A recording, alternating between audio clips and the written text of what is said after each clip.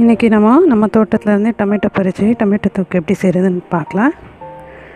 பாருங்கள், எல்லாம் பழுத்துருக்குது. இது நான் ஒரு நாள் வச்சுட்டேன், நல்லா ரெட்டாக பழுத்துட்டோம். இதில் டொமேட்டோ தொக்கு எப்படி செய்கிறதுன்னு சொல்லித்தரேன். நம்ம தோட்டத்துலேருந்தே ஒரு 30 டொமேட்டோ பறிச்சிருக்குது, பார்க்கலாம். Hello friends, welcome to my channel. இன்றைக்கி நம்ம தக்காளி தொக்கு எப்படி செய்கிறதுன்னு பார்க்கலாம். அதுக்கு முன்னாடி நம்ம சேனலை சப்ஸ்கிரைப் பண்ணுங்கள், மறக்காமல் பக்கத்தில் இருக்க பெல் ஐக்கன் அழுத்துங்க. அப்போ தான் அடுத்தடுத்த வீடியோஸ் எல்லாம் நோட்டிஃபிகேஷன் உங்களுக்கு வரும். ஸோ அடுத்தது இன்ட்ரெஸ்டிங் வீடியோஸ்லாம் வரப்போகுது. ஸோ மறக்காமல் சப்ஸ்கிரைப் பண்ணி பக்கத்தில் இருக்க பெல் ஐக்கன் அழுத்துங்க. பாருங்கள், முந்தானேத்து நான் செடியிலேருந்து பறித்தது, அவ்வளோவா பழுக்கல. இன்றைக்கி நல்லா பழுத்துட்ருக்குது. ஸோ இன்றைக்கி 12 தக்காளி எடுத்து வச்சு எலுமிச்சை அளவுக்கு புளியை இதிலே ஊற வச்சுருக்கிறேன், தண்ணி எக்ஸ்ட்ரா வேண்டான்னு. அப்புறம் நான் 2 பூண்டை உரித்து வச்சுருக்கிறேன், 2 பச்சை மிளகா, டேஸ்ட்டுக்கு ஏற்ற மாதிரி கல்லுப்பு, பெருங்காயம், தாளிக்கிறதுக்கு கடுகு, இது வெந்தயப்பொடி, வெந்தயம் நல்லா வறுத்து பொடி பண்ணி வச்சுருக்கிறேன். அதை ஒரு 1.5 ஸ்பூன் எடுத்து வச்சுருக்கிறேன். மஞ்சப்பொடி 1.5 ஸ்பூனு, காரப்பொடி ஒரு 3லேருந்து 4 ஸ்பூன் எடுத்து வச்சுக்கலாம். காரமும் உப்பும் உங்களுக்கு ஏற்ற மாதிரி வச்சுக்கலாம். பச்சை மிளகாய் போட்டதுனால இது பார்த்து போடுங்க. வாங்க எப்படி செய்கிறதுன்னு பார்க்கலாம். ஃபஸ்ட்டு இந்த தக்காளி புளியையும் நல்லா மைய அரைச்சி வச்சுக்கலாம். அப்புறம் எப்படி செய்கிறதுன்னு பார்க்கலாம். நல்லெண்ணெயில் தான் செய்ய போகிறோம். பாருங்கள், இது மாதிரி அரைச்சி எடுத்து வச்சுக்கலாம். இப்போ பார்க்கலாம் எப்படி செய்கிறதுன்னு. கடாயை வச்சுருக்கேன், வச்சுட்டு நல்லெண்ணெய் ஊற்றி சூடு பண்ணிகிட்ருக்கேன். சூடாகிடுச்சு, இப்போ தாளிச்சிடலாம். 1.5 ஸ்பூன் கடுகு, கடுகு நல்லா பொரியட்டும்.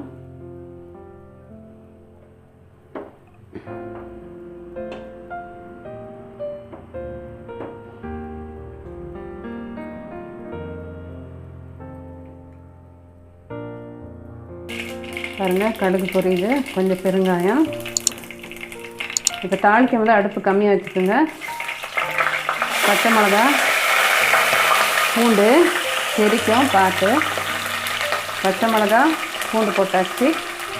இப்போ அரைச்சி வச்ச விழுதை போட்டுடலாம். ஃப்ளேம் கம்மியாக வச்சுக்கோங்க.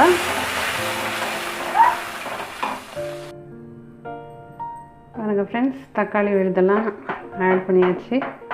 இப்போ நல்லா அப்படியே கலரி கொடுங்க, நல்லா வற்றணும். அது நம்ம இதெல்லாம் சேர்க்கும் போது ஃப்ளேம் கம்மியாக வச்சுடுங்க. இது கொஞ்சம் அப்படியே வதங்கி வரும்போது இந்த மசாலா பொடியெல்லாம் சேர்த்துக்கலாம். இது இன்னும் ஒரு 10 மினிட்ஸ் ஆகும். நல்லா வதங்கி வரட்டும், காமிக்கிறேன். ஃப்ரெண்ட்ஸ், ஓரளவுக்கு திக்காக வந்துடுச்சு. இப்போ நம்ம மஞ்சப்பொடி, உப்பு போட்டலாம். வெந்தயப்பொடி கடைசிக்கு போடணும். இப்போ மிளகாத்தூள்,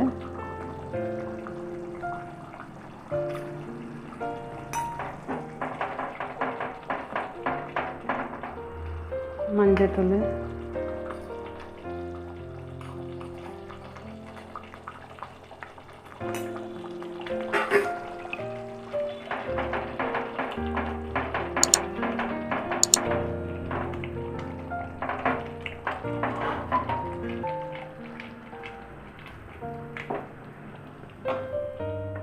இப்போ உப்பு போட்டுடலாம்.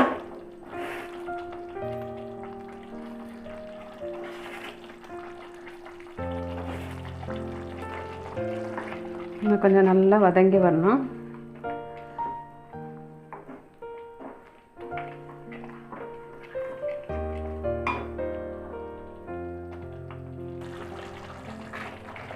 இது பாருங்கள், கொஞ்சம் திக்காய் வருது.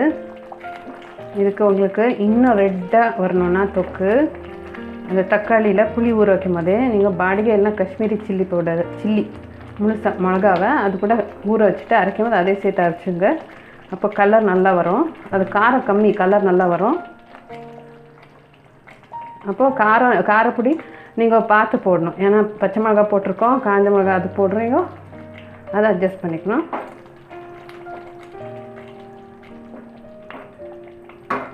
இது ஊறுகாய் மாதிரி நம்ம ஸ்டோர் பண்ணுறதுனால வெந்தய பொடி லாஸ்ட்டுக்கு போடுவோம். நம்ம ஊறுகாய்க்கெல்லாம் கடுகு வெந்தயம் வறுத்து பொடி பண்ணி போடுவோம்.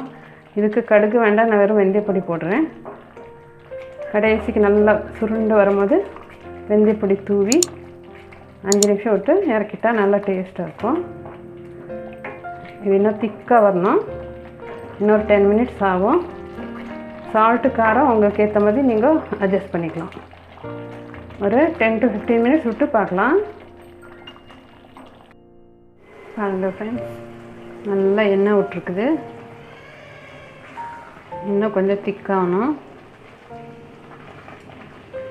நல்லா வதங்கி எண்ணெய் வருது பாருங்கள் சைட்லலாம்.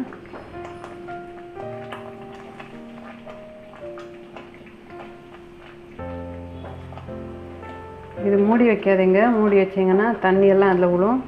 அப்புறம் ப்ரிசர்வ் பண்ண முடியாது, சீக்கிரம் கெட்டு போயிடும். மூடி போட்டு மூடாமல் கொஞ்சம் கம்மி ஃப்ளேம்லேயே செய்யுங்க. ஃபுல் தெரிக்கும், பார்த்து செய்யுங்க. ஆனால் மூடி வைக்காதீங்க.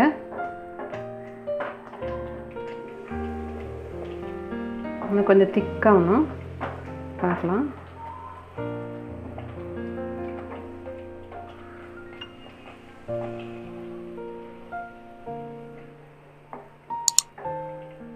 இன்னும் ஒரு 10 மினிட்ஸ் விட்டு பார்க்கலாம்.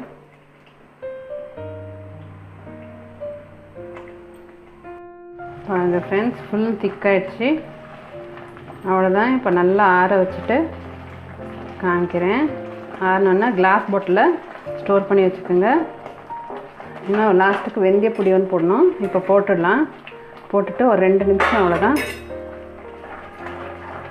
அப்புறம் நிறுத்திடலாம். அவ்வளோதான்.